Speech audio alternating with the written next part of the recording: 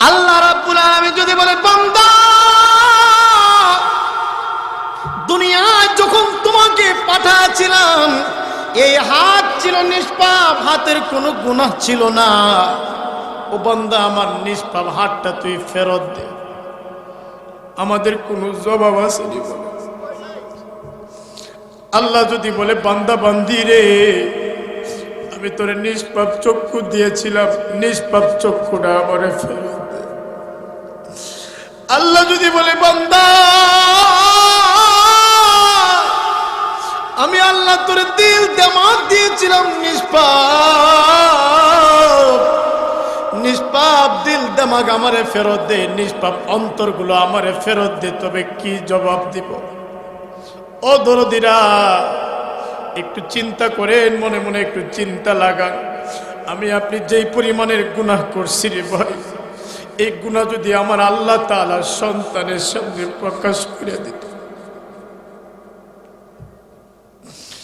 আল্লাহ যদি সন্তানের সামনে আমার আপনার গুনাহগুলো প্রকাশ করে দিত রে ভাই, তবে আমার সন্তান আমারে আব্বা বলে জীবনেও ডাক দিত না। আমার সন্তান আমারে আব্বা বলে ডাক দিত না। আমার নাফরমানি আমার গুনাহের কথাগুলো যদি আমার আল্লাহ আমার বাবার সামনে প্রকাশ করতেন রে ভাই, আমার বাবা কোনোদিন সন্তান বলে স্বীকার করত না। ও দরদিরা আমার গুনাহ যদি আমার বিবির সামনে আল্লাহ প্রকাশ করে দিত যে দেখ তোর স্বামী এমন এমন গুনাহ করছে, তো বিবি কোনোদিন স্বামী বলে স্বীকার করত না। বিবির গুনাহ যদি স্বামীর সামনে প্রকাশ করা হতো, স্বামী কোনোদিন তার স্ত্রীকে স্বীকার করত না যে এটা আমার বিবি।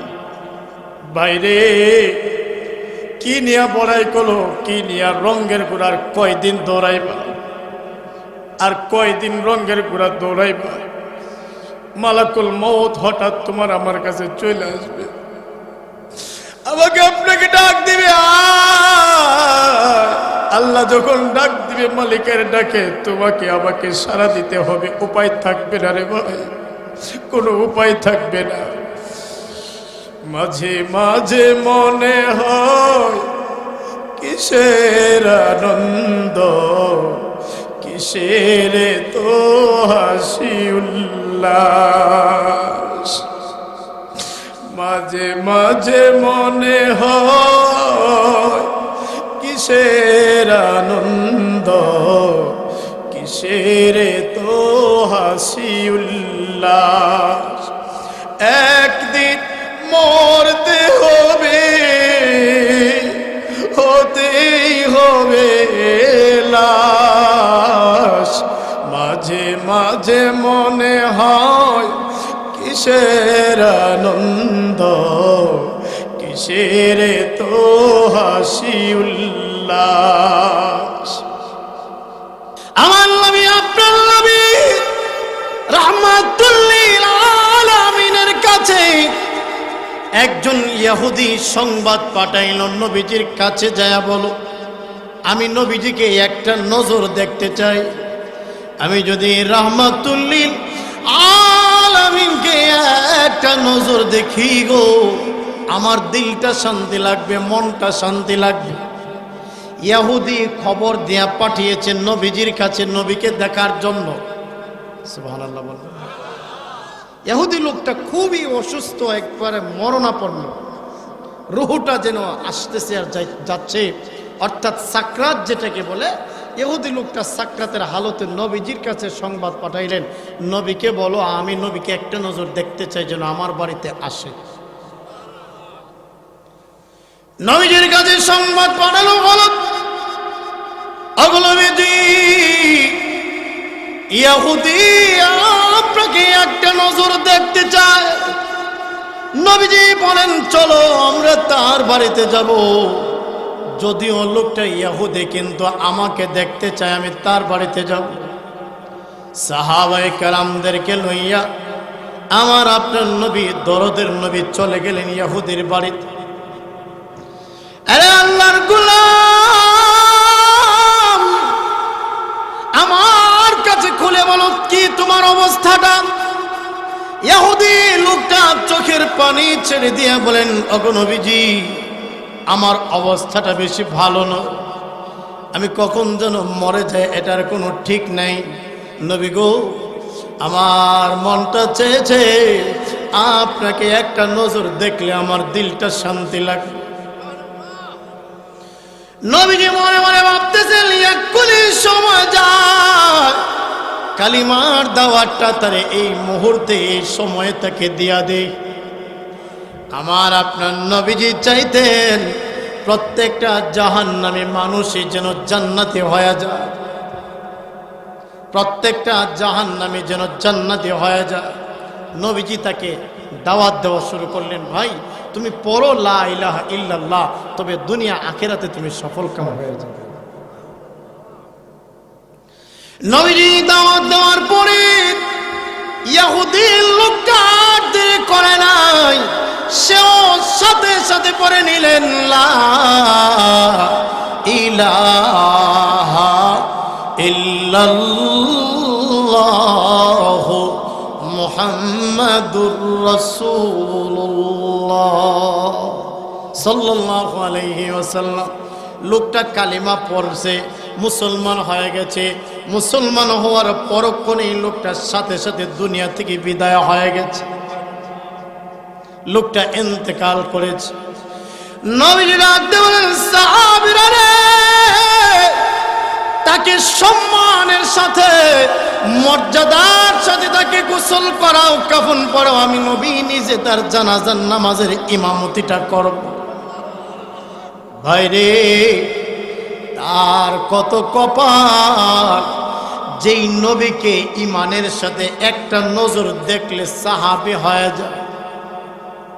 কোন ব্যক্তি যদি সাহাবী হয় তবে তার আগের পিছনের সকল গুনাহ আল্লাহ মাফ করে দেয়।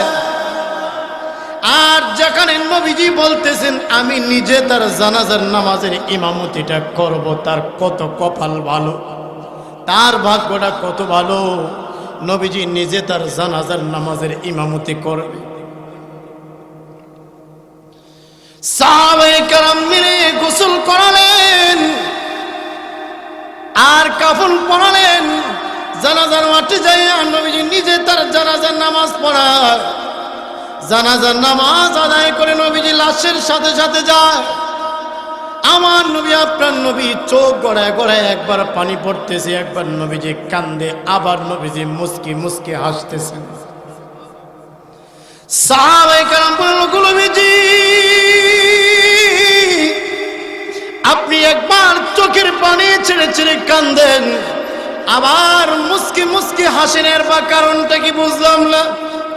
নবীজি ডাক দিয়ে বলেন, সাহাবীরা রে, এই লোকটা ইসলাম ধর্ম গ্রহণ করার পরে আরো যদি কিছুদিন বেঁচে থাকতো তবে নেক আমল করতে পারত। লোকটা তো বিদায় হয়ে গেছে, তেমন কোনো নেক আমল করতে পারে না।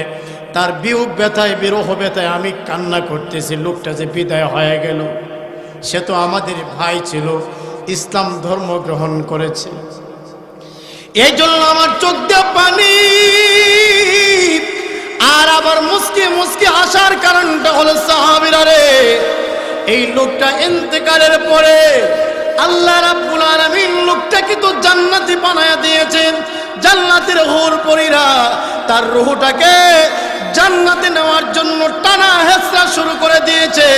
আমার চোখের সামনে আল্লাহ ওই চিত্রটা তুলে ধরেছে। আমি ওই চিত্রটা দেখি আর মুস্কি মুস্কি হাসি।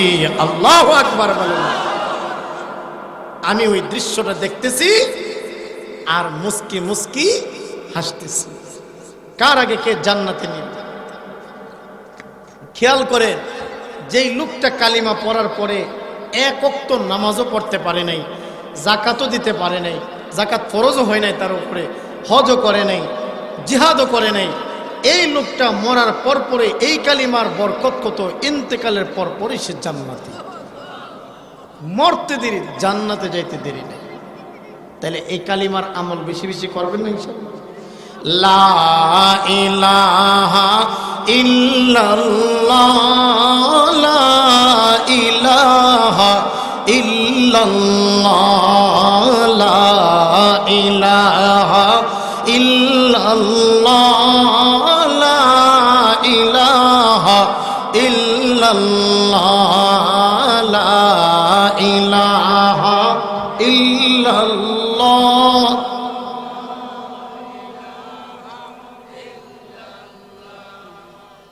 লা ইলাহা ইল্লাল্লাহ মুহাম্মাদুর রাসূলুল্লাহ সাল্লাল্লাহু আলাইহি ওয়াসাল্লাম। জিকিরের আমল বেশি বেশি করবেন। নামাজ, ফজরের নামাজ 4 রাকাত, জোহরের নামাজ এইভাবে একটা সংখ্যা নির্দিষ্ট আছে। রমজানের রোজা নির্দিষ্ট একটা সংখ্যা আছে। আপনার জাকাত কত দিবেন একটা নির্দিষ্ট সংখ্যা আছে। হজ ফরজ হয় বা কখন হয় একটা নির্দিষ্ট সময় আছে। হ্যাঁ, কি পরিমাণে টাকা থাকলে হজ ফরজ হয় নির্দিষ্ট আছে। একটা মাত্র আমল যেটা হলো জিকির, যার কোনো নির্দিষ্ট সংখ্যা নাই। আপনার অজু নাই তাওতেও অসুবিধা নাই, হাঁটতেছেন চলতেছেন ঘুমাইতে শুইতে সব সময় জিকির চলবে। এর নির্দিষ্ট কোনো সংখ্যা নাই, অনির্দিষ্ট অসংখ্য, যত পড়েন ততই সওয়াব হবে। এটা রজব মাস চলতেছে। কোন মাস চলতেছে? এখনের মাসটা রজব। রসুল দোয়া শিখাইছেন, আমার সাথে পড়েন সবাই। আল্লাহুম্মা আল্লাহুম্মা বারিক লানা ফি রজবা ওয়া শাবান ওয়া বাল্লিগনা রমাদান। এর অর্থটা হচ্ছে আল্লাহ, আল্লাহুম্মা হে আল্লাহ, বারিক লানা ফি রজব ওয়া শাবান, রজব এবং শাবান মাসের ভরপুর বরকত আমাদেরকে দান করো। আর ওয়া বাল্লিগনা রমাদান, রমাদান পর্যন্ত আমাদের হায়াতকে দীর্ঘ করে দাও। কারণ রমাদানে কেউ যদি মারা যায় অধিকাংশ মুর্দাদেরকে আল্লাহ তাআলা চিরস্থায়ীভাবে মাফ করে দেয়। এই জন্যই দোয়া করবেন তো ইনশাআল্লাহ। গেল। তারপরে আল্লাহ রাসূল সাল্লাল্লাহু আলাইহি ওয়াসাল্লাম বলছেন, অন্যান্য মাসের তুলনায় রজব মাস যখন আসবে তোমাদের আমল নফল ইবাদত আরো বাড়ায়া দাও। নফল ইবাদত আরো বাড়ায়া দাও। আগে যে পরিমাণের জিকির করতেন তার চেয়ে একটু বাড়ায়া দেন, যে পরিমাণের নফল নামাজ পড়তেন তার চেয়ে একটু এখন আমল বাড়ায়া দেন। ভাই কষ্ট হইতেছে আপনাদের? কিছু কথা নিয়ে যান। ময়মনসিংহ এলাকায় ঢুকলে অনেক জায়গায় গেলে প্রথমেই বলে যে হুজুর আজকে কুট্টা আলবাই না। কোনো জায়গায় গেলে কয় হুজুর আজকে আঙ্গা আলবাই, কোনো জায়গায় গেলে কয় হুজুর আজকে হুতা আলবাই। এই কুট্টা আলবাইন, হুতা আলবাইন, আঙ্গা আলবাইন, এটা কি ওয়াজ? কিছু কথা বাড়িতে নিয়ে যাইতেন, ঠিক কিনা? কিছু কথা নিয়ে যান। রজব বড় বরকতের মাস শুরু হয়েছে, এরপরে শাবান, তারপরেই রমাদান আসতেছে। খুব নিকটে রমাদান। এখন থেকে প্রস্তুতি গ্রহণ করেন। রমাদানের রোজা, রমাদানের জন্য বেশি করে ইবাদত করতে পারি, এখন থেকে আমাদের প্রস্তুতি নিতে হবে। এখন থেকে আমলগুলো বাড়ায় দেন। যারা মুরব্বী বাবারা আছেন, যুবক ভাইয়েরা, পর্দানিসীন মা বোনের সকলে আমল বাড়ায় দেন। তো ইনশাল্লাহ দেখবেন রমাদানে আমল করতে সহজ হবে। তো যাই হোক, আমি প্রথমে যে একটা কথা বললাম আপনাদের সাথে একটু সম্পর্ক হওয়ার জন্য।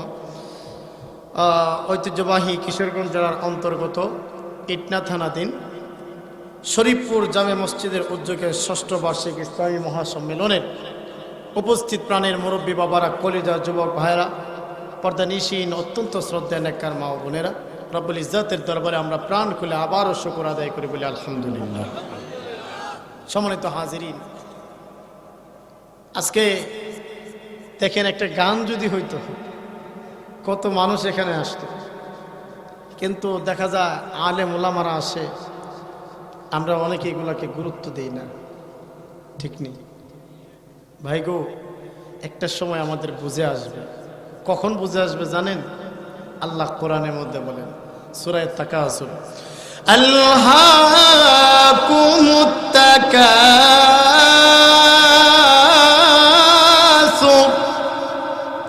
হাত্তা যুরতুমুল মাকাবির।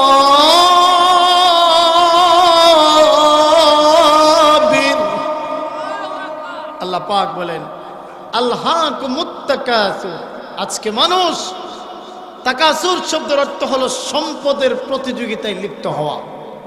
অধিক সম্পদ অর্জনের প্রতিযোগিতায় লিপ্ত হওয়া। মানুষের আজকে অধিক সম্পদ অর্জনের প্রতিযোগিতায় লিপ্ত হয়েছে, কিভাবে সম্পদ দুনিয়া অর্জন করবে। এরপরে আল্লাহ বলেন হাত্তা জুরতুমুল মাকাবির, কবরে যখন পৌঁছবে তখন বুঝবে কবর কাকে বলে, জাহান্নাম কাকে বলে, আর আখেরাত কাকে বলে।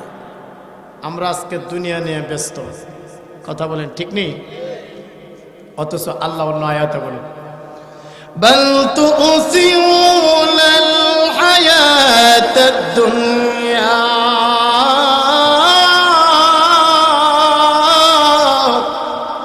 ওয়াল আখিরাতু খায়রু ওয়া আবকা।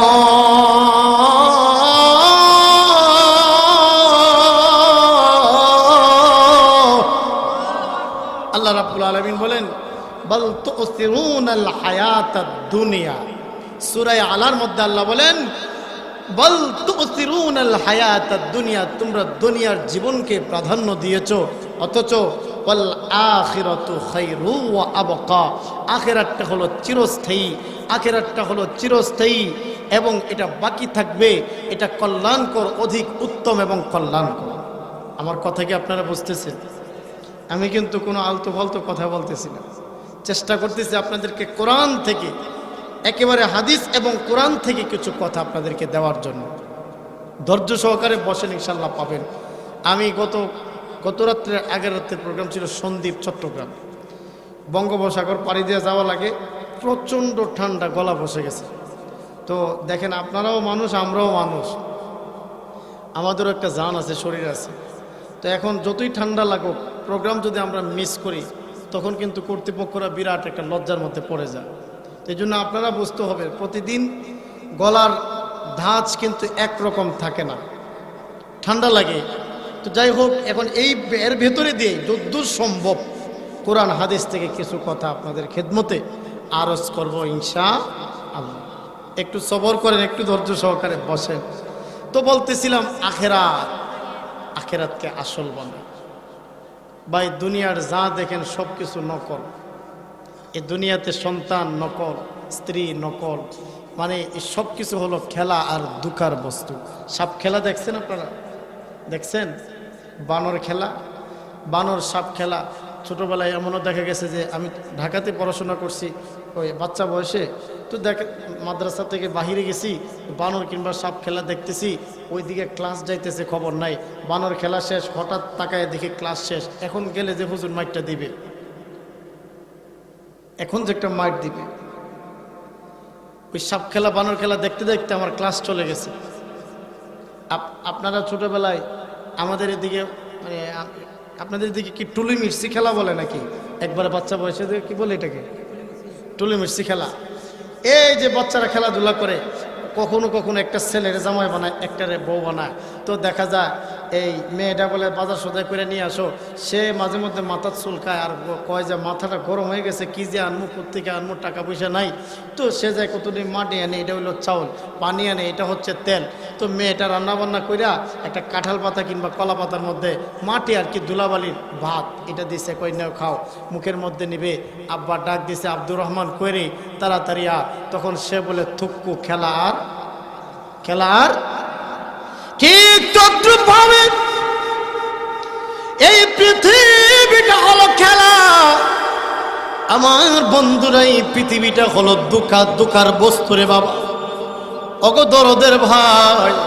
এই দুনিয়াটা হলো দুঃখার বস্তু। দুনিয়ার টাকা পয়সা এগুলো দুঃখা, দুনিয়ার ব্যাংক ব্যালেন্স এগুলো দুঃখা, দুনিয়ার জমি জামা এগুলো দুঃখা, দুনিয়ার সন্তান সব কিছু দুঃখা। আপনার আমার সাথে যেটা যাবে সেটা হচ্ছে নেক আমল, সেটা হলো নেক আমল, আর সব কিছু দুঃখা। এটা হলো খেলা। আল্লাহ তাআলা কোরআনের মধ্যে বলেন ওয়ামাল হায়াতুদ দুনিয়া ইল্লা লাহু ওয়া লাইব। এই দুনিয়াটা হলো এমন, দুনিয়ার একটা উদাহরণ দিয়েছে, এটা হলো অহেতুক, এটা হলো খেলা, এটা হলো দুঃখার বস্তু। দুনিয়ার সন্তান দেখেন, এই সন্তান আপনার কবরে যাবে না।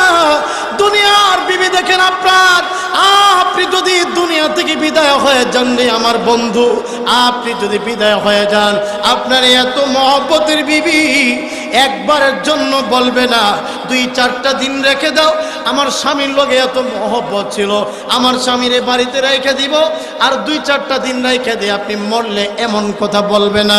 আপনার সন্তানের কথা বলবে না, আমার আব্বা আমার জন্য কত কিছু করেছে, আমার আব্বাকে আর 2-4টা দিন রেখে দেই। আপনার সন্তান বলবে না, আপনার ভাই বেরাদার বলবে না, আপনার আপনজন বলবে না, আপনার গ্রামবাসী বলবে না। আল্লাহু আকবার। আপনাকে একা একা বিদায় নিতে হবে। কথা বলেন ঠিক কিনা বে ঠিক? একদিন তোমারি নাম মসজিদে হবে এলান। একটু গাইতে হবে। একদিন তোমারি নাম মসজিদে হবে এলান। তৈরি থেকো, তৈরি রেখো কবরের মাল সামান। একদিন তোমারি নাম মসজিদে, বলেন না, হবে এলান। একদিন তোমারি নাম মসজিদে। ও আমার দরদের ভাইয়েরা, আমার নামটা আপনার নামটা একদিন এলান হয়ে যাবে মসজিদ।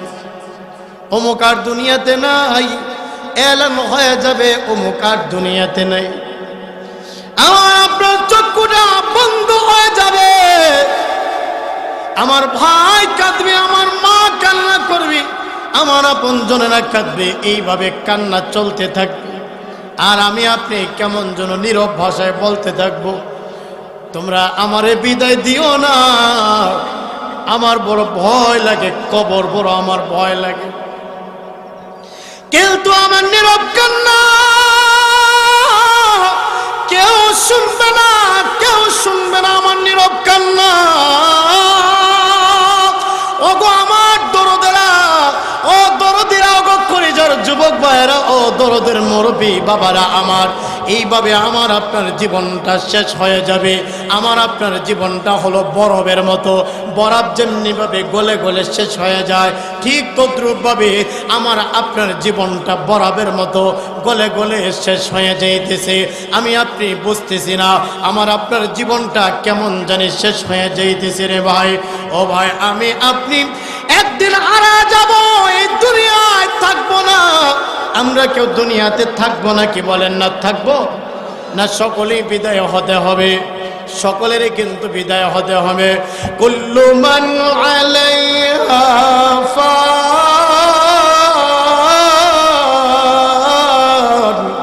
ওয়া ইয়াবকা ওয়াজহু রাব্বিকা যুল জালালি ওয়াল ইকরাম।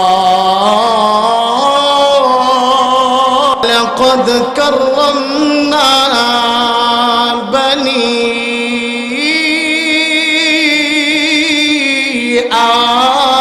আদম। আল্লাহ রাব্বুল আলামিন বলেন, সবচেয়ে আদমের সন্তানদের ইজ্জত আমি আল্লাহ বাড়ায় দিয়েছি। কোরআনের আয়াত থেকে আল্লাহ ডকুমেন্ট দিয়েছে, আমাদের ইজ্জত বেশি। ও সম্মানওয়ালা মানুষ, ওগো ইজ্জতওয়ালা মানুষেরা, আজকে আপনারা কি করতেছেন? ও শ্রেষ্ঠ মানুষেরা, আপনাদের কাজগুলা তো শ্রেষ্ঠ হওয়ার কথা ছিল, কিন্তু আপনি কি শ্রেষ্ঠ কাজ করতেছেন? আপনি কি করতেছেন? আমরা আজকে মুসলমান দাবি করি ভাই, কিন্তু কাজে কামে মুসলমানই তো। নামাজের সাথে পরিচয় নাই, নামাজ পড়ি না, রোজা রাখি না, যাকাত দেই না। অনেকে আছে এরকম রোজা রাখে না, আলহামদুলিল্লাহ, যারা রাখে আলহামদুলিল্লাহ, তবে অধিকাংশরাই এবাদতে নাই। এমন মুসলমানই আমরা, ঠিক কিনা? কেমন মুসলমান তুমি, কেমন মুসলমান, কেমন মুসলমান তুমি, কেমন মুসলমান? নামাজের সাথে নাই পরিচয়, মানো না কোরআন, তুমি কেমন মুসলমান? কেমন মুসলমান তুমি, কেমন মুসলমান তুমি, কেমন মুসলমান? নামাজের সাথে নাই পরিচয়, মানো না কোরআন, তুমি কেমন মুসলমান? তুমি রমজান এলে রাখো না রোজা, দিনকে করো আঘাত, পয়সা করির নেই কো অভাব, দাও না তো যাকাত। কথা বলেন আছে না নাই?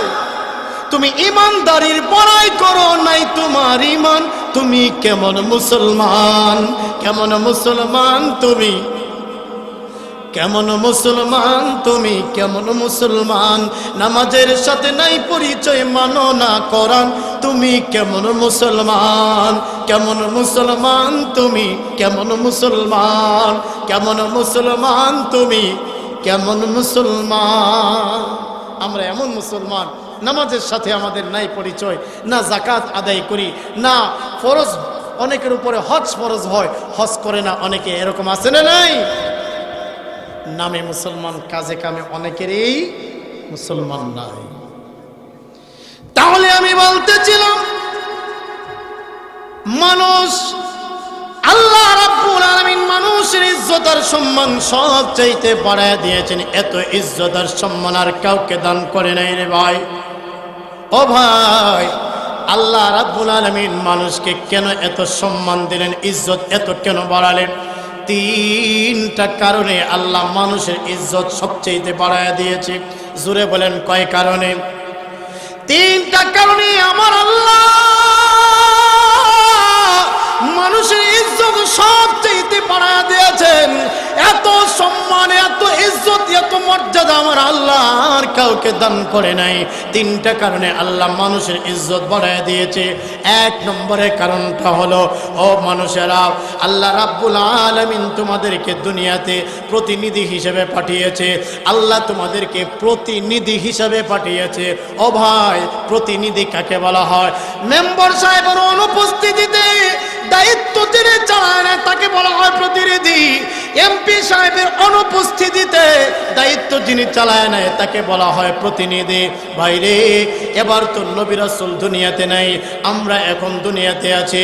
এবার আমাদের দায়িত্ব এই দিনের দাওয়াতের কাজ চালানো, আমাদের দায়িত্ব ইসলাম নিজেরা মানব, আমাদের দায়িত্ব অপর ভাইকে ইসলাম মানানোর জন্য চেষ্টা করব, তাকে দাওয়াত দিব। হয়তো সন্তানকে মাদ্রাসায় পড়ায় আলেম বানান, আপনার সন্তান আরো 10 জনকে আলেম বানাবে। এইভাবে করে করে ইসলামের দাওয়াত খেদমত হবে। আপনি নিজেও নামাজ আদায় করেন, আর অন্যান্য সাথীদেরকে নামাজের দাওয়াত দেন। আল্লাহু আকবার। আপনি নামাজ পড়া যেই সওয়াব পাইলেন, এর চাইতে অনেক গুণ বেশি সওয়াব আপনার কথায় যিনি নামাজ পড়েছে ওইটার কারণে আপনার আমল নামায় সওয়াব দেওয়া হবে। ইসলামের দাওয়াত। ও ভাই, নবী রাসূল কি আর দুনিয়াতে আসবেন? আপনারা কি মনে করেন, আসবে নাকি? আমার নবী, আপনার নবী মদিনা থেকে উঠে এসে আর বলবে না, ওরে শরীফপুরের মুসলমানেরা, ওগো ইত্তর মুসলমান, তোমরা গুনাহের কাজ করো না, নাফরমানি করো না। নবীজি মদিনা থেকে উঠে এসে বলবে না, নবীজির ইসলাম কমপ্লিট করে আমাদের কাছে এই দিনটা, ইসলামটাকে আমানত দিয়ে গেছে। বড় কষ্ট করে এই দিন, এই ইসলামকে আমাদের কাছে আমানত দিয়েছে। এটা রক্ত মাখা দিন। আমার আপনার নবী এই দিনের জন্য, ইসলামের জন্য উহুদের প্রান্তরে দান দান মোবারক শহীদ করছে কি করে নাই? কথা বলেন না, করছে কি করে নাই? আমার নবী, আপনার নবী রাহমাতুল লিল আলামিন উহুদের ময়দানে এই দিনের জন্য, এই ইসলামের জন্যই তো এত কষ্ট মেহনত মুজাহাদা করেছেন। নবীজি যুদ্ধের ময়দানে গেলেন, নবীজি 2টা দান মোবারক শহীদ হয়ে গেছে। ইয়ামান দেশের একজন পাগলা, তার নাম হলো ওয়াইস আল কারনি রাদিয়াল্লাহু আনহু। ওয়াইস আল কারনি আপনারা অনেকে শুনছেন ওয়াস করুনে, নামটা শুদ্ধভাবে ওয়াইস আল কারনি। ইয়ামান দেশ থেকে সংবাদ পাইল রাহমাতুল লিল আলামিনের 2টা দান উহুদের প্রান্তরে শহীদ হয়ে গেছে। ওয়াইস আল কারনি রাদিয়াল্লাহু আনহু একটা অস্ত্র নিয়ে, একটা কোনো কিছু নিয়ে ওনার সমস্ত দাঁতগুলো ভেঙে ফেললেন। একজন লোক জিজ্ঞাসা করেন, আরে ওয়াইস, দাঁতগুলো কেন ভাঙতে আছো? বলে, শুনেছি রাহমাতুল লিল আলামিনের নাকি 2টা দান শহীদ হয়ে গেছে, সুতরাং আমিও দান রাখতে চাই না। তো ওই লোকটা ডাক দিয়ে বলে, ওরে ওয়াইস আল কারনি, ওরে পাগলা, নবী 2টা দাঁত ভাঙছে, তুমি তো 2টা ভাঙলেই মহব্বত প্রকাশ পায়, তবে তুমি সকল দাঁত কেন বাইরে ভাঙতেছ? ওয়াইস আল কারনি বলেন, ওরে আল্লাহর গোলাম, তো জানি না আমার নবীর কোন কোন দাঁতগুলো ভেঙেছে, তাই আমার নবীর নিচের পাটির দাঁত দেয় উপরের পাটির দাঁত ভেঙেছে আমি তো জানি না, এই জন্য আমার সমস্ত দাঁতগুলো বাইরে ভাঙ্গা ফেলতেছি, এই জন্য বাইরে আমি ভেঙে ফেলতেছি, এই জন্য যে আমার নবীজির দুইটা দান নাই, আমিও দাঁত রাখতে চাই না। আল্লাহু আকবার বলেন। এরা ছিল আশিকে রাসূল, এরা ছিল আশিকে রাসূল রে ভাই। আর আমি আপনি আশিকে রাসূল কেমন হইলাম? নবীর ইসলামের জন্য আমরা কষ্ট করি না, এই দিনের জন্য আমরা কষ্ট করি না, অথচ রাহমাতুল লিল আলামিন এত কষ্ট এত মুজাহাদা করেছেন এই দিনের জন্য, ইসলামের জন্য। রক্ত জড়ানো দিন তোমার আমার কাছে আমানত দিয়ে গেছে, এগুলো আমাদের কাছে আমানত, নবীজির দিন রক্ষা করবেন। আজকে তো আমরা দেখা যায় আমানতকে আমরা রক্ষা করতেছি না। আল্লাহু আকবার কাবীরা। এই দিন ইসলামের ভিতরে 5 ওয়াক্তের নামাজ আছে না নাই? আরো জোরে বলেন না আছে না নাই? ওগো দরদি রাহমাতুল লিল আলামিন ঘরের ভিতর আম্মা আয়েশা রাদিয়াল্লাহু তাআলা আনহাকে নিয়ে কথোপকথন করতেছেন। আম্মা জান আয়েশা বলেন নবীজির কথা আমরা শুনতেছি, আমাদের কথা নবীজি শুনতেছেন। ইতিমধ্যে মসজিদের মিনারায় আজান হয়ে গেছে। আমার আপনার নবী আজান যখন হয়ে গেছে তো মসজিদে যাওয়ার জন্য পাগল পারা হয়ে গেছে। আম্মা জান আয়েশা রাদিয়াল্লাহু আনহা বলেন ওগো নবীজি আপনি বলেন আমি কে, আমার পরিচয়টা কি আপনি বলেন। নবীজি ডাক দিয়া নবীজি বলেন চিনি না। আল্লাহু আকবার। নবীজির স্ত্রীকে আল্লাহ রাসূল চিনতেছেন না। নবীজি ইমামতি করার জন্য মসজিদে চলে গেলেন। মসজিদে জামাতের সাথে নামাজ আদায় করার পরে নবীজি আবার ঘরের ভিতরে ফেরত আসার পরে আম্মা জান আয়েশা রাদিয়াল্লাহু আনহা বলেন ওগো নবীজি আপনি বলেন আমি কে। আমার আপনার নবী বলেন আয়েশা তুমি আমার স্ত্রী, তোমাকে আমি কি চিনব না নাকি? বলে হুজুর আমার আব্বার নাম কি? বলে আবু বকর সিদ্দিক রাদিয়াল্লাহু আনহু। আম্মা জান আয়েশা রাদিয়াল্লাহু আনহা বলেন ওগো নবীজি মসজিদে আজান হওয়ার পরে আপনি আমাকে চিনেন না, আমার আব্বাকে চিনেন না, কাউকে আপনি চিনেন না, বিষয়টাকে বুঝতে পারলাম না। আমার আপনার নবী বলেন আয়েশা আল্লাহু আকবারের ধ্বনিটা যখন আমার কানে শুনি, আল্লাহ শব্দটা আমার শরীরের পশমের গোড়ায় গোড়ায় এমন ভাবে বিরাজ করতে থাকে, তখন আমি আর পৃথিবীর কাউকে চিনি না, আমি আমার আল্লাহকে ছাড়া আর কাউকে চিনি না। ও ভাই, এই ছিল নবীজির নামাজ। আর আমরা কি হালত? নবীজি পা মুবারক ফুলে গেছে, এত লম্বা রুকু, এত লম্বা সিজদা করছে। নবীজি রক্ত মাখা দিন আমাদের কাছে আমানত রেখে গেছে, এই দিনকে হেফাজত করতে হবে। মক্কার লোকদেরকে দাওয়াত দেয়, তারা ওই ইসলাম গ্রহণ করে না। আমার আপনার নবীজি যখন মাথা মুবারক ঝোকায় সিজদা দেয় তো উটের নারী পরে মাথায় রেখে দেয়। খাদিজাতুল কুবরা রাদিয়াল্লাহু আনহা বলেন ওরে মক্কার লোকেরা আমার নবী তো তোমাদেরকে কোনো কষ্ট দেয় না, আঘাত দেয় না, আমার নবীকে কেন তোমরা এত কষ্ট দাও? আমার নবী তো তোমাদের কোনো কষ্ট দেয় না, আমার নবীকে তোমরা কেন এত কষ্ট দাও? আল্লাহ নবী হযরতে যায়েদ রাদিয়াল্লাহু আনহুকে ডাক দিয়া বলেন ওরে যায়েদ চলো, মক্কার লোকেরা ইসলাম ধর্ম গ্রহণ করে না, তারা আমারে কষ্ট দেয়, আঘাত দেয়, চলো আমরা তায়েফের দিকে যাই। তায়েফের লোকেরা ইসলাম ধর্ম গ্রহণ করে কিনা আমরা দাওয়াত দিয়ে দেখি। তায়েফের লোকদেরকে নবীজি দাওয়াত দিতে আছে, কুলু লা ইলাহা ইল্লাল্লাহু মুহাম্মাদুর রাসূলুল্লাহ সাল্লাল্লাহু আলাইহি ওয়াসাল্লাম।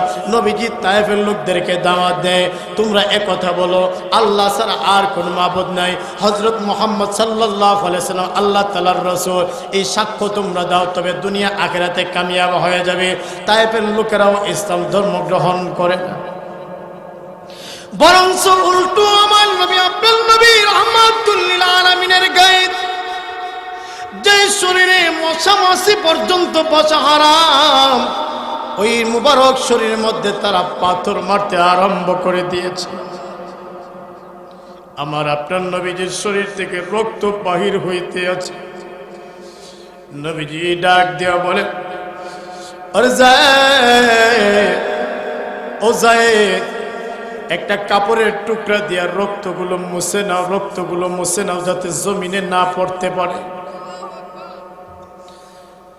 নবীজি আগাতে আগাতে জর্জরিত মাথার মধ্যে হাত রেখে জমিনে বসে যায়।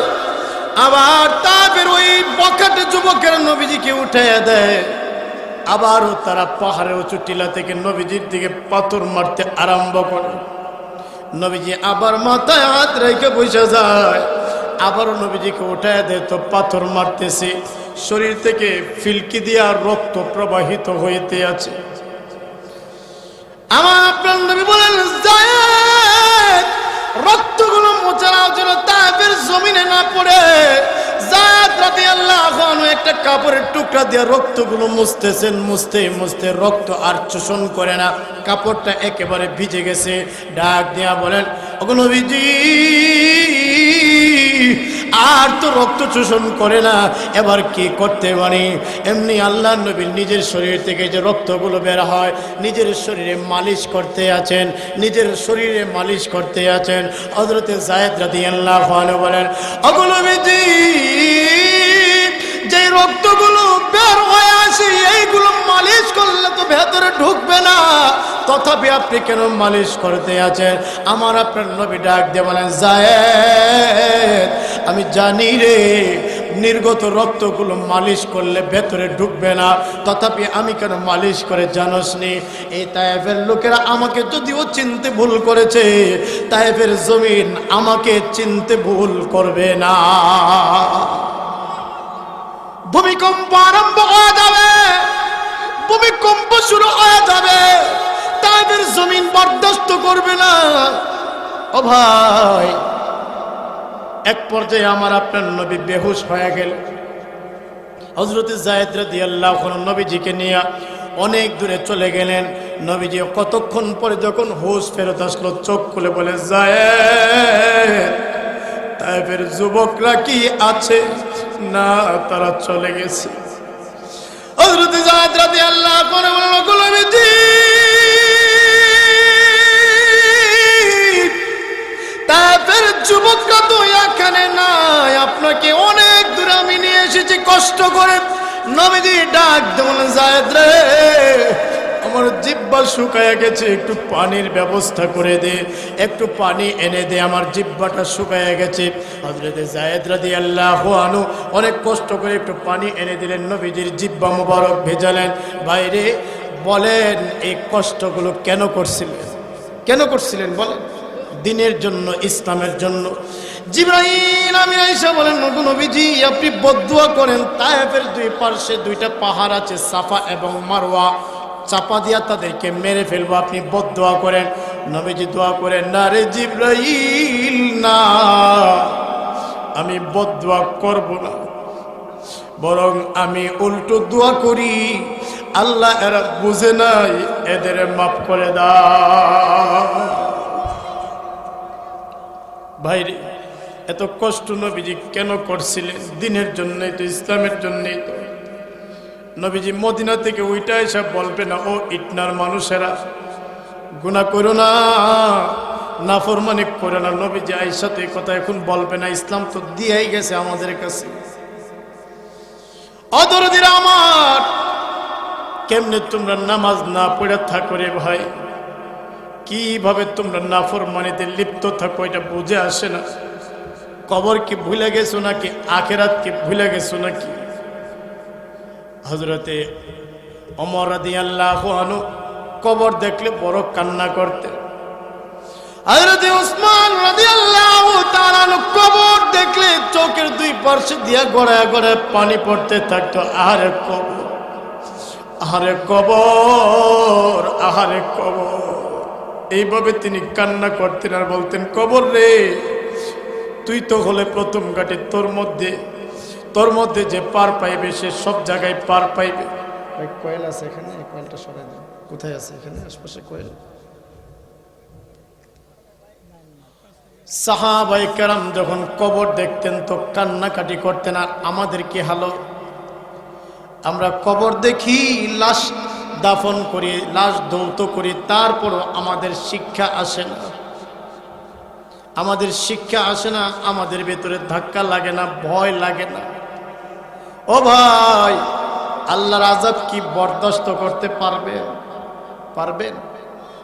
সুম্মা লাতুসআলুন্না ইয়াওমাইযিন আনিন নাঈম।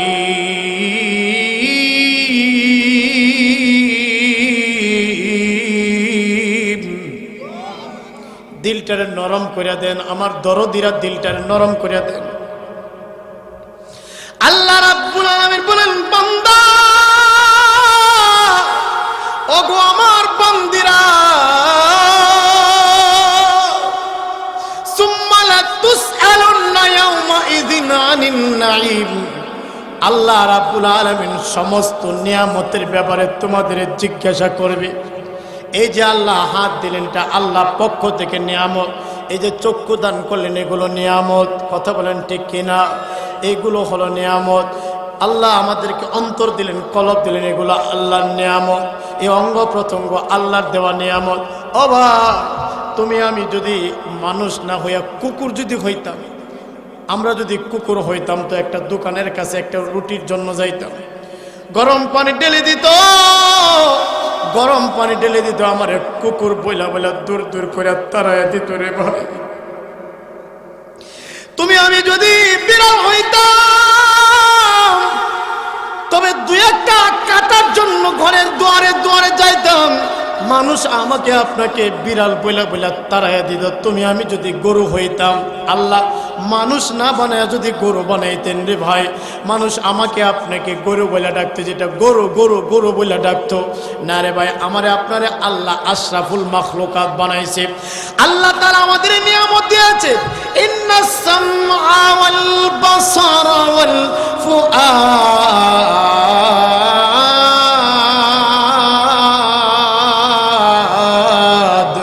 কুল্লু উলাইকা কানা আনহু মাসউলা।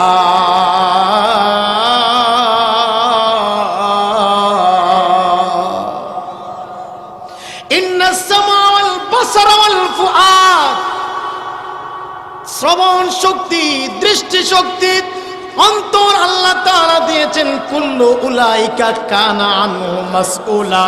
উলামায়ে কেরাম আছে, ওনারা অর্থগুলা খুব ভালো করে বুঝতেছেন। ও ভাই, আমি কোনো ফালতু কথা বলতেছি না, কোরআন থেকে, কোরআনের কথা আপনাদের বিশ্বাস হয়নি। আল্লাহ তাআলা নিজে বলতেছেন, তোমাদেরকে প্রশ্ন করা হবে। কুল্লু উলাইকা কানা আনহু মাসউলা। প্রত্যেকেই যার যার ব্যাপারে, প্রত্যেকে প্রতিটা নিয়ামতের ব্যাপারে আল্লাহর কাছে জিজ্ঞাসিত হবে। আল্লাহ রাব্বুল আলামিন যদি বলে, বান্দা, দুনিয়ায় যখন তোমাকে পাঠাচ্ছিলাম, এই হাত ছিল নিষ্পাপ, হাতের কোনো গুনাহ ছিল না। ও বান্দা, আমার নিষ্পাপ হাতটা তুই ফেরত দে। আমাদের কোনো জবাব আসেনি। আল্লাহ যদি বলে, বান্দা বান্দি রে, আমি তোরে নিষ্পাপ চক্ষু দিয়েছিলাম, নিষ্পাপ চক্ষুটা আমারে ফেরত দে। আল্লাহ যদি বলে, বান্দা, আমি আল্লাহ তোরে দিল দিমাগ দিয়েছিলাম নিষ্পাপ দিল দিমাগ আমারে ফেরত দে, নিষ্পাপ অন্তরগুলো আমারে ফেরত দে। তবে কি জবাব দিব? ও দরদিরা, একটু চিন্তা করেন, মনে মনে একটু চিন্তা লাগান। আমি আপনি যেই পরিমাণের গুনাহ করছি, রে ভাই, এই গুনাহ যদি আমার আল্লাহ তাআলা সন্তানের সামনে প্রকাশ করে দিত, আল্লাহ যদি সন্তানের সামনে আমার আপনার গুনাহগুলো প্রকাশ করে দিত, রে ভাই, তবে আমার সন্তান আমারে আব্বা বলে জীবনেও ডাক দিত না। আমার সন্তান আমার আব্বা বলে ডাক দিত না। আমার নাফরমানি আমার গুনাহের কথাগুলো যদি আমার আল্লাহ আমার বাবার সামনে প্রকাশ করতেন রে ভাই, আমার বাবা কোনোদিন সন্তান বলে স্বীকার করতো না। ও দরদিরা, আমার গুনাহ যদি আমার বিবির সামনে আল্লাহ প্রকাশ করে দিত যে দেখ তোর স্বামী এমন এমন গুনাহ করছে, তো বিবি কোনোদিন স্বামী বলে স্বীকার করত না। বিবির গুনাহ যদি স্বামীর সামনে প্রকাশ করা হতো, স্বামী কোনোদিন তার স্ত্রীকে স্বীকার করতো না যে এটা আমার বিবি।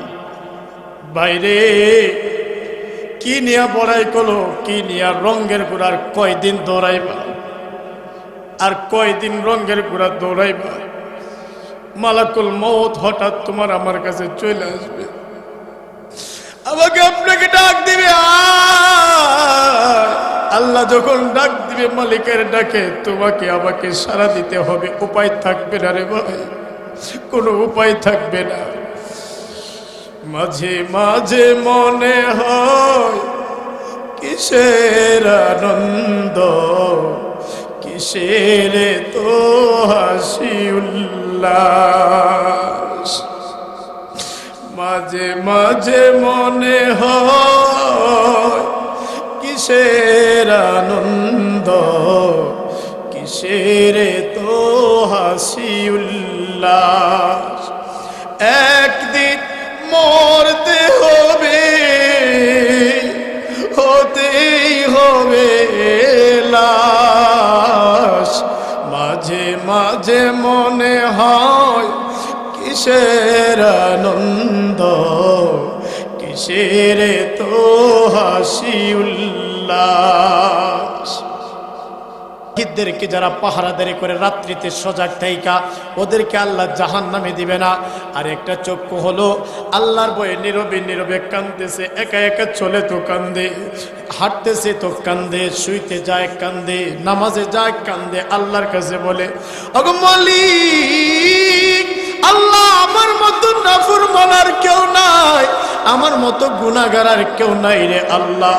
তুমি যদি দয়া করে মাফ না করো, আমার কোনো উপায় নাই রে আল্লাহ। নিজের গুনাহের কথাগুলা খেয়াল কইরা কইরা আল্লাহর কাছে নীরবে নীরবে কান্দে। এই লোকটার এত দাম, এই যে চোখের পানি ফালাইতেছে এটার এত দাম, এত দাম। আল্লাহ তাআলা এই চোখের পানির বিনিময়ে তাকে জান্নাতের মেহমান বানাইয়া দিবে। আমার ভাইয়েরা কাঁদবেন, আল্লাহর কাছে বেশি বেশি করে কান্না করেন। ও ভাইয়েরা, ও আমার প্রাণের মুরব্বী বাবারা, আপনাদের কষ্ট হইতেছে?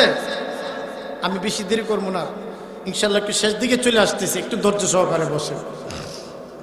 তাহলে আল্লাহর কাছে বেশি বেশি করে কান্না করতে হবে।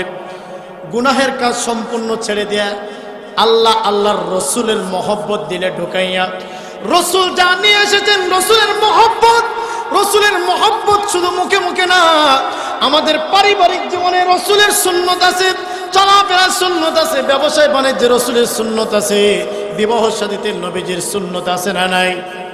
কথা বলেন না, আছে না নাই? প্রত্যেকটা জায়গাতে সুন্নতের আমল করা। রসুলের সুন্নত একটা হলো টুপিটা লাগান মাথায়, মুখের মধ্যে দাড়িটা আনেন, এইভাবে নবীর সুন্নত পোশাক পরিধান করেন।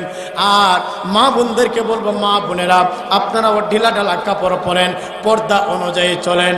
আজকে দেখা যায় মা বোনেরা অনেকে না বুঝা বেপর্দায় চলাফেরা করে। মা গো, আপনাদের দাম, আপনাদের ইজ্জত অনেক বেশি, আপনারা হইলেন মায়ের জাতি।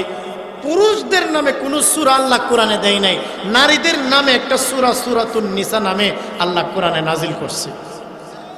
নারীদের দাম কম না বেশি? আল্লাহু আকবার। এদের নামে আল্লাহ সূরা নাজিল করছে। দামি নারীরা এরা কিভাবে আজকে বেপর্দা চলাফেরা করে। হযরত ফাতেমা রাদিয়াল্লাহু আনহা আলী রাদিয়াল্লাহু আনহুকে ওসিয়ত করে, স্বামী আমার, আমি যদি মরে যাই তবে দিনের বেলায় আমারে দাফন করেন না, রাত্রিকালীন সময়ে দাফন করেন। হযরত আলী বলেন, ফাতেমা গো, কেন তোমাকে দিনের বেলায় দাফন করব না? এই ওসিয়তটা তুমি কেন করলে? ফাতেমা রাদিয়াল্লাহু আনহা বলেন, স্বামী আমি যতদিন দুনিয়াতে বেঁচে ছিলাম কেউ আমাকে দেখে নাই, কোনো বেগানা পুরুষ আমাকে দেখতে পারে নাই। আর আমার ইন্তেকালের পরে দিনের বেলায় যদি লাশটা নিয়ে যান গোরস্থানের দিকে, কেউ যদি দেখে আন্দাজ করে ফেলবে আমি ফাতেমা লম্বা ছিলাম না খাটো ছিলাম, বেটে ছিলাম না মোটা ছিলাম না কেমন ছিলাম। আমি চাই না আমার মৃত্যুর পরেও আন্দাজ করতে পারো, এটাও আমি চাই না। কেমন ছিল হযরতে ফাতেমা, মৃত্যুর পরেও পর্দা করতে চায়। আর আমাদের মা বোনদের আজকে কি হয়ে গেল, মাগো পর্দা পুশিদা অনুযায়ী চলে, স্বামীর খেদমত করেন। মহিলারা যদি কয়েকটা কাজ করতে পারে আল্লাহর রাসূল বলেন তারা ডাইরেক্ট জান্নাতে। কয়েকটা কাজের কথা বলছি। ইজা সাল্লাত খামসাহা, ইজা সাল্লাত খামসাহা, 5 ওয়াক্তের নামাজ যদি কোনো নারী ঠিকঠাক ভাবে যথাযথ সময়ে পড়ে, ওয়া আতাআত বালাহা, স্বামীর খেদমত, স্বামীর মনের গতি বুঝে, স্বামীর মনটাকে যে মহিলা জয় করে, স্বামীর মনের গতি বুঝে, স্বামীর মনের গতি বুঝে যে স্বামীর মনটাকে জয় করে। ও আহসানাত ফারজাহা, আর নিজের যৌনাঙ্গ লজ্জাস্থানকে পরপুরুষ থেকে হেফাজত করে। ও সামাত শাহরাহা, রমাদানের রোজা রাখে। এই 4টা কাজ যে নারীরা করতে পারবে আল্লাহর রাসূল বলেন বিআই আবওয়াবিন শাআ, সে যেই কোনো দরওয়াজা দিয়ে ইচ্ছে হয় জান্নাতে প্রবেশ করবে। তাহলে 5 ওয়াক্তের নামাজ, স্বামীর খেদমত, আর হচ্ছে যৌনাঙ্গের হেফাজত, রমাদানের রোজা, এইগুলো যে নারীরা করবে মরতে দেরি, জান্নাতে যাইতে দেরি নেই। সুবহানাল্লাহি ওয়া বিহামদিহি। মা বোনদেরকে বলবো 5 ওয়াক্তের নামাজ পড়বেন, পর্দা অনুযায়ী চলবেন। কথা কি বুঝতেছেন আপনারা? আপনাদের জন্য এই সবক পারিবারিক জীবনে রাসূলের সুন্নতকে বাস্তবায়ন করা। ও ভাই, স্বামী স্ত্রী ঝগড়াঝাটি হয় না, একটু রাগারাগি হয় না? স্ত্রী যদি রাগ করে নিয়ম হলো স্বামী একটু ধৈর্য ধরবে, চুপ থাকবে, তাইলে আর ঝগড়া হবে না। আর স্বামী যদি রাগ করে নিয়ম হলো স্ত্রী একটু চুপ থাকবে। যেই নারীরা স্বামীর মুখে মুখে তর্ক করে এই নারীদের সংসার বেশি দিন টিকে না। কথা বলেন ঠিক নেই? স্বামীর মুখে মুখে যে মহিলারা তর্ক করে তাদের সংসার বেশি দিন টিকে না। আমার ভাইরা, পারিবারিক জীবন শান্তিময় হোক এটা সবাই চায়। আল্লাহ রাসূল সাল্লাল্লাহু আলাইহি ওয়াসাল্লাম বিবির কাজে সহযোগিতা করতেন, কখনো বিবি রাসূলের কাজে সহযোগিতা করতেন। এইভাবেই চলত, একে অপরের সাথে মহব্বত, একজনের ভুল করলে আরেকজন একটু ছাড় দিবেন, এইভাবে সংসারগুলো সুখের হবে। একটু রান্না করছে, রান্নার দুষ্ত্রুটি তালাশ করবেন না, ছোট ছোট লোকমায় খাওয়া এগুলো রাসূলের সুন্নত, দুষ তালাশ না করা এগুলো রাসূলের সুন্নত। আর শ্বশুর শাশুড়িকে অনেক স্ত্রীরা, অনেক বৌমারা শ্বশুর শাশুড়িকে মানতে চায় না, ওইভাবে নিজের মা বাবার মতো মানতে চায় না। যদি কোনো বৌমারা নিজের শ্বশুর শাশুড়িকে নিজের আব্বা নিজের আম্মা মনে করে তবে আর কোনো ঝগড়া মনোমালিন্য হবে না। আর যেই বৌমারা নিজের শ্বশুর শাশুড়িকে আব্বা আম্মার মতো, নিজের বাবা মার মতো মনে করে না, ওই ফ্যামিলিতে ঝগড়াটা বেশি হয়। কথা কন না? আবার কিছু শ্বশুর শাশুড়িও এমন আছে যে বৌমাদেরকে নিজের মেয়ে মনে করে না, এই না করার কারণে বেশি ঝগড়াঝাটি হয়। শ্বশুর শাশুড়ি যারা আছেন, আপনার বৌমাকে আপনার নিজের মেয়ে মনে করবেন।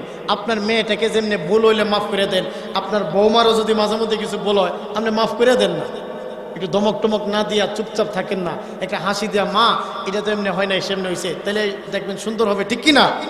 কথা বলেন ঠিক কিনা? এভাবে সুন্দর হবে। সুন্নত প্রত্যেকটা জায়গাতে সুন্নতের আমল। আমি শেষ দিকে চলে আসছি আমার ভাইরা। আমি বলতেছিলাম আল্লাহ রাব্বুল আলামিন 3টা কারণে আমাকে আপনাকে আশরাফুল মাখলুকাতকে আল্লাহ তাআলা মানুষকে সবচেয়ে সম্মানী বানিয়েছেন, সবচেয়ে ইজ্জতওয়ালা বানিয়ে দিয়েছে। 3টা কারণের আমার ভাই। 1 নম্বর কারণ হলো, ও মানুষেরা তোমরা প্রতিনিধি। প্রতিনিধি মানে এই দিনের কাজ, ইসলামের কাজ দায়িত্ব হিসেবে তোমরা চালায় নেবে। আল্লাহ কোরআনের মধ্যে বলেন, ইয ক্বালা রাব্বুকা, রব যখন বলেছিলেন লিল মালাইকা, ফেরেশতাদেরকে, ইন্নী জাইলুন ফিল আরদি খলিফা, জমিনে আমি প্রতিনিধি পাঠাবো, মানুষদেরকে প্রতিনিধি হিসেবে জমিনে পাঠাবো। ফেরেশতারা বললেন, ক্বালু আতাজআলু ফিহা মান ইউফসিদু ফিহা ওয়া ইয়াসফিকুদ দিমা। ওগো রব্বুল আলামিন, মানুষদেরকে দুনিয়ায় পাঠাবেন আর তারা ইয়াসফিকুদ্দিমা, তারা রক্তপাত ঘটাবে, আল্লাহ তারা ঝগড়া ফাসাদ করবে, আল্লাহ তারা খুনাখুনি করবে। আল্লাহ তাআলা তখন বলেন ইন্নী আ'লামু মা লা তা'লামুন, আমি যা জানি তোমরা তা জানো না। আল্লাহ আমাদের প্রতিনিধি হিসেবে পাঠাইলেন, এই জন্য মানুষের সম্মান সবচেয়ে বেশি। গেল 1 নম্বরের কারণ। এবার 2 নম্বরের কারণটার ভিতরে আসেন। ও মানুষ, তোমাদের সম্মান, তোমাদের ইজ্জত আল্লাহ রাব্বুল আলামিন বাড়ায় দিয়েছেন। এর আরেকটা কারণ হলো শ্রেষ্ঠ নবীকে আল্লাহ তাআলা মানুষের ভেতর থেকে পাঠিয়েছে। শ্রেষ্ঠ নবীকে আল্লাহ মানুষের ভেতর থেকে পাঠিয়েছে, যদিও তিনি মানুষ, আমাদের মতো মানুষ নয়। তিনি হলেন সমস্ত মাখলুকের উপরে, আল্লাহর পরে হলো তার সম্মান আর ইজ্জত, ঠিক কিনা? আমাদের নবীর মতো এত সম্মান এত ইজ্জত আর কোন মাখলুকের নাই, আল্লাহ দেন নাই। এত সম্মান আর কাউকে আল্লাহ দেন নাই। আমাদের রাসূল সাল্লাল্লাহু আলাইহি সাল্লামকে শ্রেষ্ঠ নবীর কারণে, ও মানুষেরা, শ্রেষ্ঠ নবীর কারণে তোমাদের সম্মান ইজ্জত আমি আল্লাহ বাড়াইয়া দিয়েছি। এইগুলো 2 নম্বরের কারণ। আমরা শ্রেষ্ঠ নবী পাইলাম, শ্রেষ্ঠ নবীর শ্রেষ্ঠ আদর্শ পাইলাম, শ্রেষ্ঠ নবীর শ্রেষ্ঠ হাদিস পাইলাম। এখন যদি আমরা না মানি, তবে কি আমরাও শ্রেষ্ঠ নাকি? বলেন, আমরা যদি না মানি, মানতে হবে, আমল করতে হবে।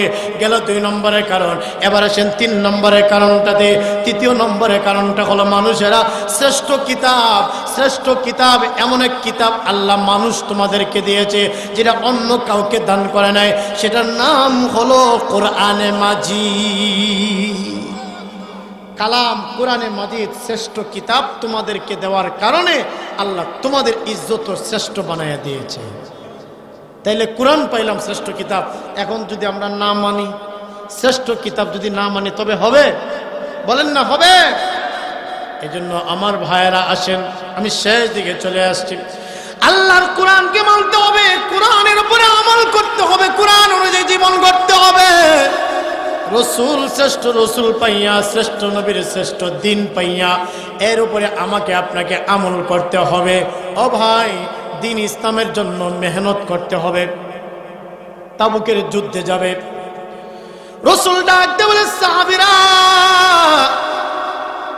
তাবুকের যুদ্ধে যেতে হবে, ইসলামের জন্য কে কে আছো কিছু ব্যয় করবে, ইসলামের জন্য কে আছো কিছু ব্যয় করবে। সাহাবায়ে কেরাম বাড়িতে চলে গেলেন। হযরত ওমর রাদিয়াল্লাহু তাআলা আনহু, হযরত ওমর রাদিয়াল্লাহু আনহু ওনার সম্পত্তিকে অর্ধেকটা ভাগ করার পরে, শেষ দিকে চলে এসেছেন, হযরত ওমর রাদিয়াল্লাহু আনহু অর্ধেকটা সম্পত্তি ভাগ করে নবীজির দরবারে এনে হাজির করলেন। হযরত উসমান গনি রাদিয়াল্লাহু আনহু নিজের সম্পদকে 3টা ভাগ করে 1 ভাগ নবীজির দরবারে আনলেন। আর হযরত আবু বকর সকল সম্পদ আইনা নবীজির কাছে হাজির করলেন। আল্লাহর নবী বলেন, সাহাবীরা রে, দিনের জন্য কে কে আনছো আমি জানতে চাই। হযরত ওমর বলেন, নবী গো, অর্ধেক সম্পদ আনছি। হযরত ওসমান গনি বলেন, নবী, 3টা ভাগ করে গোটা সম্পত্তির 1 ভাগ আপনার কাছে আনছি। হযরত আবু বকর কান্না করতে করতে এসে বলেন, নবী গো, ঘরের ভিতরে যা ছিল সব আয়না হাজির করছি। সুবহানাল্লাহ বলেন। আবু বকর রাদিয়াল্লাহু আনহু সব আয়না হাজির করছে। হযরত আল্লাহর নবী বলেন, আবু বকর, দুনিয়াতে সকলের মেহনত কুরবানির প্রতিদান আমি দিতে পেরেছি, কিন্তু আবু বকর পারলাম না। তোমার নেক আমলের, তোমার মেহনত আর কুরবানির প্রতিদান আমি দিতে পারি নাই রে আবু বকর। ও ভাই, সিদ্দিকে আকবর যা ছিল সব খরচ করছে। খাদিজাতুল কুবরা রাদিয়াল্লাহু আনহা, উনিও সব এইভাবে আল্লাহর রাস্তায় ব্যয় করে দিয়েছে। বাইরে আমরা দুনিয়ায় থাকবো না, আখিরাতে চলে যাব, আখিরাতের ব্যাংকে কিছু জমা করতে হবে। ও ভাই, অনেকের মা নাই বাবা নাই। এখানে কে কে আছেন যাদের মা নাই আব্বা নাই? এমন কে আছেন? আব্বা আম্মা নাই, দুনিয়াতে নাই, এমন কে আছেন? দেখি তো হাতগুলা। আব্বা আম্মা যাদের নাই, বাপ অথবা মা নাই, অনেকগুলো লোকদেরকে দেখতেছি। আল্লাহ, তুমি তাদের আম্মা আব্বার কবরগুলো জান্নাতের বাগান বানায় দাও, বলেন আমিন। আব্বা আম্মা কার কার দুনিয়াতে বেঁচে আছেন, আব্বা অথবা আম্মা কার কার বেঁচে আছেন দুনিয়াতে আছে, কার কার হাতগুলা দেখতে চাই। ওগো দয়ার মালিক, আব্বা আম্মা যাদের বেঁচে আছে হায়াতের মধ্যে বরকত দাও, বলেন আমিন। ও আমার দরদিরা, অনেকের আব্বা নাই আম্মা নাই, দুনিয়া থেকে বিদায় হয়ে গেছে। আমাদের কাছে তারা নেক আমল চাইতেছে, কিছু চাইতেছে, আমরা কি দিব তাদেরকে? আমরা তাদেরকে খাদ্য খাবার দিব না, না, তাদের রুহটা কেমনে শান্তি হবে ভাই? অদরদিরা, আমার যেই বাবার বাড়ি দিয়ে বাড়িওয়ালা, যেই বাবার ঘর দিয়ে আজকে আপনি ঘরওয়ালা, যেই বাবার সম্পদ দিয়ে আজকে আপনি সম্পদওয়ালা, ওই বাবা আজকে কবরে। ওই বাবারে কি একটু মনে পড়ে না? বাবার জন্য কি একটু মায়া লাগে না? মা যিনি আপনার জন্য কষ্ট করছে, ওই মার জন্য কি মায়া লাগে না? ও ভাই, আখিরাতের ব্যাংকে বাবা মায়ের জন্য অথবা নিজেদের জন্য একটু সময় কুরবানি করবেন, 2-4 মিনিট, এরপরে দোয়া হবে। আপনারা একজন উঠবেন না, আমি অনেক দূর থেকে আসছি মুসাফির, দোয়া করবো আপনাদের জন্য, কেউ উঠবেন না। আপনাদের সামর্থ্য অনুযায়ী আল্লাহর রাস্তায় নিজেদের মা বাবা যাদের নাই, আল্লাহ যেন তাদেরকে জান্নাতবাসী বানায়, আর যাদের মা বাবা আছে আল্লাহ যেন তাদেরকে হায়াতে বরকত দেয়। নিয়ত করে হুজুরের পরবর্তী ওয়াজ আসিতেছে আমাদের ইউটিউব চ্যানেলে, তাই সাবস্ক্রাইব করে সাথেই থাকুন।